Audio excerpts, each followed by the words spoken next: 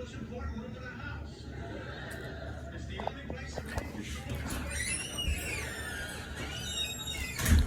truly familiar with some of your expressions. Potter. I'm not kidding around, Mary Alice. Let the woman have the kitchen and the bedroom.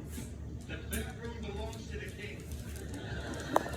Yes, it appears Raymond has abdicated his throne. It's no big deal, right?